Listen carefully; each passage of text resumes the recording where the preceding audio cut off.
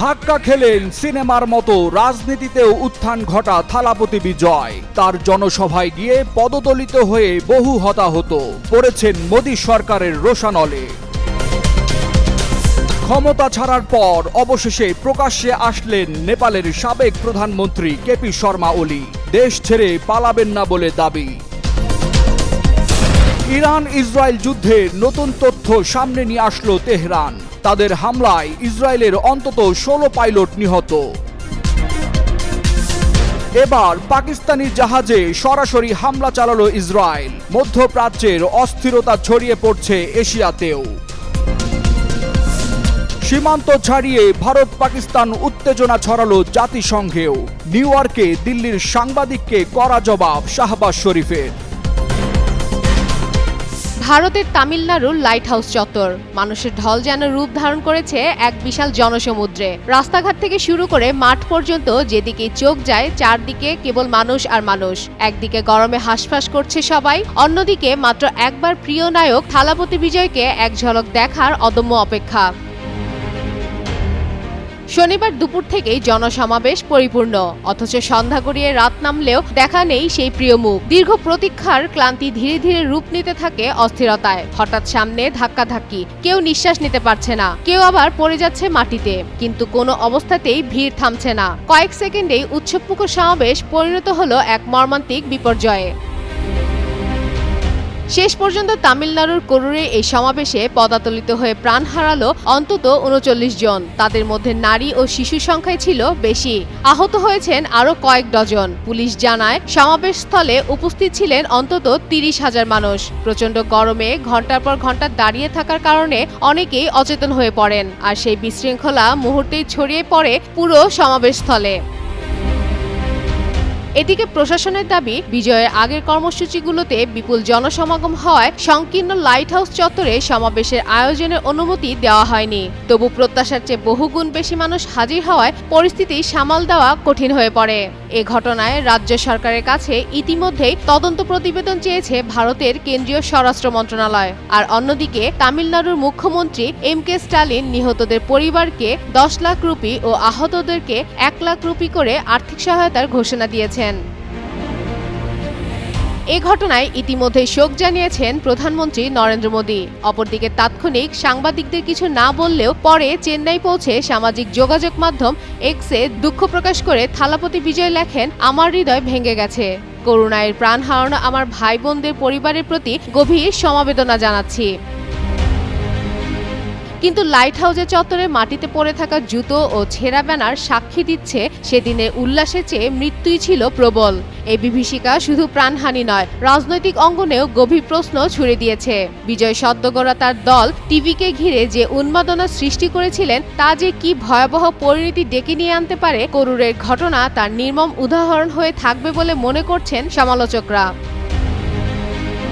Fatema ফাতেহজান, Jugantor news. ভারতের রাজনীতি এখন নির্বাচনী উত্তেজনায় সরগরম। এরই মাঝে তামিলনাড়ুর করুরের অভিনেতা থেকে রাজনীতিবিদ বনে যাওয়া থালাপতি বিজয়ের এক জনসভায় ঘটে গেল ভয়াবহ দুর্ঘটনা। শনিবার সন্ধ্যায় অনুষ্ঠিত সেই সমাবেশে অতিরিক্ত ভিড়ের চাপে পদপিষ্ট হয়ে নারী শিশু সহ অন্তত 36 জন নিহত হয়েছেন। আহত হয়েছেন আরও অনেকে, যাদের মধ্যে কয়েকজনের অবস্থা আশঙ্কাজনক। স্থানীয় হাসপাতাল সূত্রে জানা গেছে, কয়েকশো মানুষকে হাসপাতালে ভর্তি করা হয়েছে। ঘটনাস্থলে ছুটে যান রাজ্যের স্বাস্থ্যমন্ত্রী এম সুব্রমণ্য। আর পরিস্থিতি নিবিড়ভাবে পর্যবেক্ষণ করছেন মুখ্যমন্ত্রী এম.কে. স্টালিন। দুর্ঘটনার খবর ছড়িয়ে পড়তেই শোকের ছায়া নেমে আসে ভারতীয় রাজনীতিতে।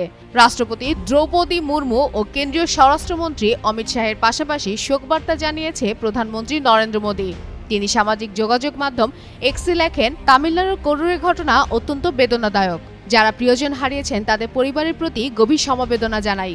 আহতদের দ্রুত সুস্থতা কামনা করছি। এছাড়া কংগ্রেস নেতা রাহুল গান্ধীও এক বিবৃতিতে নিহতদের পরিবারের প্রতি সমবেদনা জানিয়েছেন। পাশাপাশি তার দলের স্থানীয় নেতারা যেন অবিলম্বে দুর্ঘটনাস্থলে গিয়ে উদ্ধার ও সহযোগিতার কাজে যুক্ত হয় সেই নির্দেশনাও দেন। রাজনৈতিক সমীকরণে উত্তপ্ত ভারতের দক্ষিণে এই ট্র্যাজেডি আরও একবার জননিরাপত্তা নিয়ে প্রশ্ন তুলছে। তবে আপাতত শোক আর সমবেদনার আবহেই ঢাকা পড়েছে নির্বাচনমুখী তামিল রাজনীতি। নেপালের জেনজি বা তরুণ প্রজন্মের 3 দিনের রক্তক্ষয়ী আন্দোলনের মধ্য দিয়ে গেল 9 সেপ্টেম্বর ক্ষমতাচ্যুত হয়েছিলেন সাবেক প্রধানমন্ত্রী কেপি শর্মা ওলি। এরপর থেকেই তিনি আত্মগোপনে ছিলেন। তবে মাস না পেরোতেই হঠাৎ প্রকাশ্যে এসে দেশটির রাজনীতির মাঠে রীতিমতো হুঙ্কার দিয়ে বসলেন ওলি। গেল শনিবার তার দলের যুব সংগঠনের আয়োজিত সমাবেশে হাজির হন সাবেক এই প্রধানমন্ত্রী। স্পষ্ট গলায় বলেন, অনেকেই ভাবছেন আমরা ভিত্তিহীন সরকারের কাছে ক্ষমতা ছেড়ে দেশ থেকে পালাবো, কিন্তু আমি নেপাল ছাড়ব না। সমাবেশে দলীয় কর্মীদের উদ্দেশ্যে প্রতিশ্রুতি দিয়ে কেপি শর্মা বলেন, আমরাই এ দেশকে পুনর্গঠন করব। আমরা আবারও নেপালকে সাংবিধানিক মূলধারায় ফিরিয়ে আনব। আমরা দেশকে শান্তি ও সুশাসনের পথে নিয়ে যাব।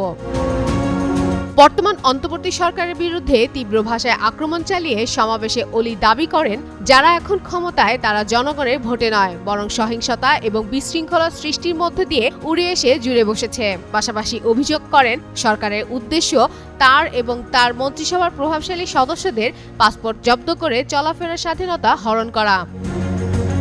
সমাবেশে ওলি অন্তর্বর্তী প্রধানমন্ত্রী সুশীলা কার্কিকে সরাসরি চ্যালেঞ্জ ছুড়ে দিয়ে বলেন, আন্দোলনের সময় তিনি কোনো ষড়যন্ত্রে জড়িত ছিলেন না এবং প্রশাসনকে তার দেওয়া নির্দেশনার রেকর্ড প্রকাশ করতে হবে।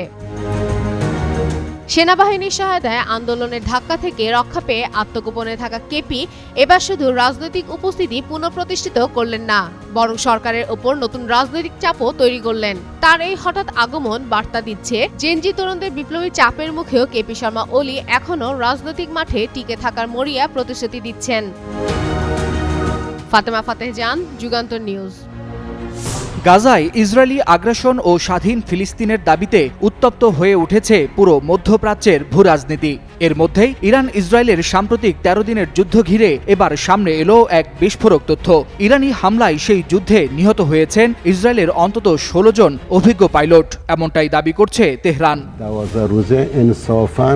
রোববার ইরানের সর্বোচ্চ নেতা আয়াতুল্লাহ আলী খামেনির জ্যেষ্ঠ সামরিক উপদেষ্টা মেজর জেনারেল ইয়াহিয়া রাহিম সাফাভির বরাত দিয়ে এই তথ্য জানিয়েছে দেশটির বার্তা সংস্থা মেহের নিউজ।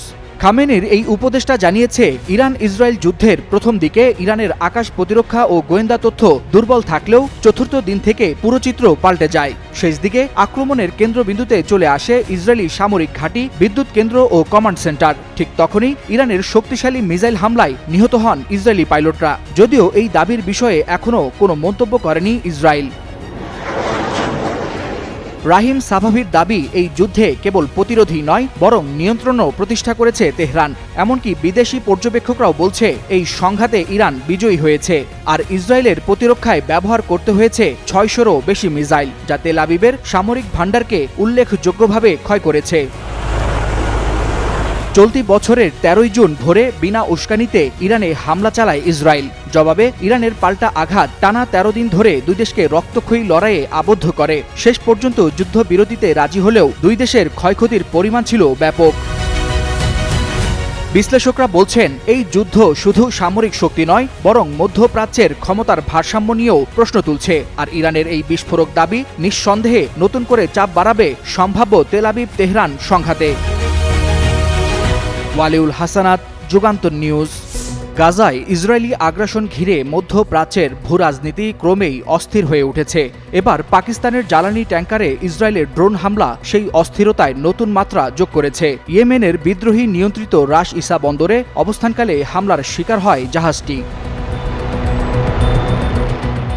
বিস্ফোরণের পর আগুন নিয়ন্ত্রণে এলেও ইয়েমেনের বিদ্রোহীরা জাহাজটি আটকে ক্রুদের জিম্মি করে। পরবর্তীতে কূটনৈতিক প্রচেষ্টায় তারা মুক্ত হলেও গেল 17 সেপ্টেম্বর এই হামলার ঘটনাটি আন্তর্জাতিক মহলে তীব্র প্রতিক্রিয়া সৃষ্টি করেছে।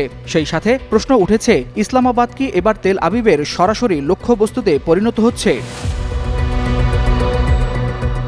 পাকিস্তানের স্বরাষ্ট্রমন্ত্রী মহসিন নকভি জানান, 24 পাকিস্তানি নাগরিক সহ ট্যাঙ্কারের 27 ক্রু এখন নিরাপদে রয়েছেন। তবে হামলার সময় ও স্থান ইঙ্গিত দিচ্ছে, ইসরায়েল শুধু ইয়েমেনের বিদ্রোহীদের নয়, বরং তাদের সহযোগী ও সহমর্মী দেশগুলোকেও লক্ষ্যবস্তু বানাতে চাইছে।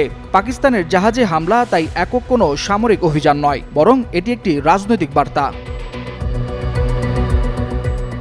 বিশ্লেষকরা বলছেন ইয়েমেনের বিদ্রোহীদের হাতে Palestine two hypersonic ballistic missile আসা এবং রিয়াদের সাথে ইসলামাবাদের যৌথ প্রতিরক্ষা চুক্তির পর থেকে ইসরায়েলের নিরাপত্তা ঝুঁকি বেড়েছে। তেল আবিব হয়তো পাকিস্তানের মতো মুসলিম সংখ্যাগরিষ্ঠ রাষ্ট্রগুলোর কার্যক্রমকেও সন্দেহের চোখে দেখছে। তাই এই হামলা শুধু মধ্যপ্রাচ্যের বিচ্ছিন্ন কোনো ঘটনা নয়, বরং মধ্যপ্রাচ্যের শক্তির ভারসাম্যে নতুন শীতল যুদ্ধের আভাস বহন করছে।